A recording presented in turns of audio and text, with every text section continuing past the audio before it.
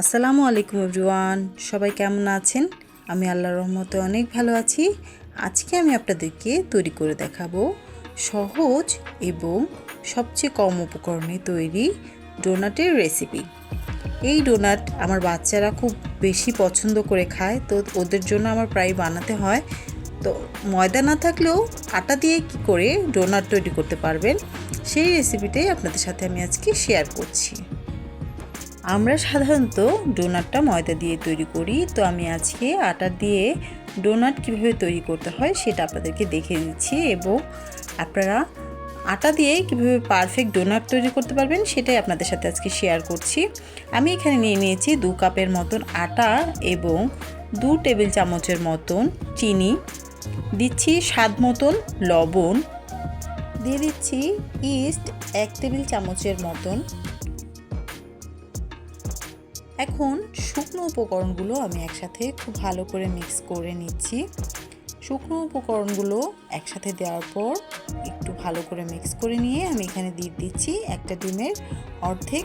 আপনারা চাইলে পুরো একটি ডিম দিয়েও এই ডোনাটটা তৈরি করতে পারেন। এখন আমি ডিমটা কিছুটা ফেটিয়ে নিয়ে এখানে এই ডিমের হাফ আমি আমার এই ময়ানটার সাথে মিক্স করে নিচ্ছি। এরপর আমি এটাকে খুব ভালো করে মিক্স করে নেওয়ার পর কুসুম কুসুম গরম দুধ দিয়ে আমি এই ডোটা তৈরি করব। কুসুম গরম দুধ ইউজ করলে আপনার ডোটা অনেক বেশি সফট হবে এবং আপনি যে ইস্টটা ইউজ করেছেন সেটা অ্যাক্টিভেট হবে খুব তাড়াতাড়ি। তো আমি এখানে কুসুম গরম দুধ অল্প অল্প করে মিক্স করছি আর ডোটা তৈরি করছি। একবারে পুরোটা আমরা মিক্স করব না, অল্প অল্প করে মিক্স করতে থাকবো আর ডোটা তৈরি করতে থাকবো। তো আমি অল্প অল্প করে এখানে গরম দুধ মিক্স করছি এবং এই ডোটাকে খুব ভালো করে মেখে নিচ্ছি, এবং আমার কাঙ্ক্ষিত যতটুকু সফট হওয়া প্রয়োজন আমার ডোটা আমি ঠিক ততটুকু করে এটাকে তৈরি করে নেব।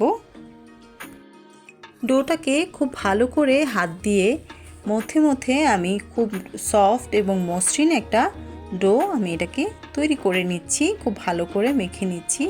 আপনারা একটু সময় নিয়ে এই ডোটা তৈরি করবেন, তাহলে আপনাদের ইস্টটা অ্যাক্টিভেট হবে এবং আপনাদের তৈরি করার ডোটা খুব ভালো ফুলে উঠবে।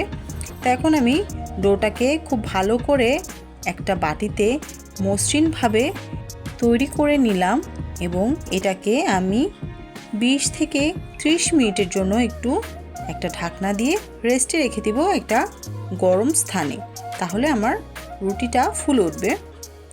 তো 30 মিনিট পর চলে আসলাম, আমার রুটিটা বেশ ভালো ফুলে গিয়েছিল। তো আমি এভাবে রুটির কাইটার মধ্যে যে বাতাসটা এসেছিল আমি সেটাকে এভাবে বের করে নিচ্ছি এবং খুব ভালো করে আরেকটু মথে নিচ্ছি।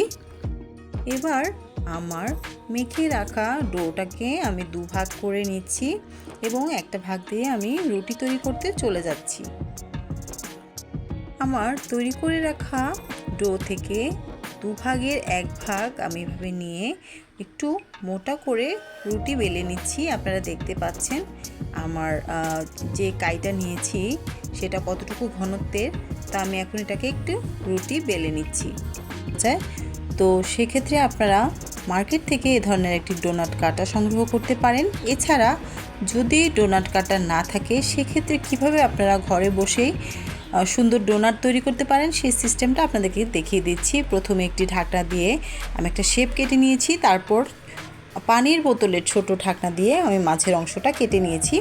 তো আমি এখন ডোনাটগুলো ভাজতে চলে আসলাম। আমি একটু পাত্রে তেল নিয়ে নিয়েছি, এই তেলটা একটু মিডিয়াম গরম করে আমি চুলার ফ্লেমটা কমিয়ে দিচ্ছি এবং একে একে ডোনাটগুলো ছেড়ে দিচ্ছি।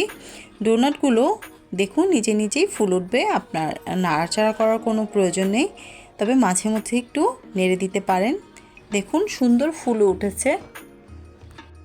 এভাবে আমি হালকা বাদামি করে বাকি সবগুলো ডোনাট ভেজে নিচ্ছি এবং এভাবে মাঝে মাঝে আমি কাঁটা চামচ দিয়ে উল্টে দিচ্ছি।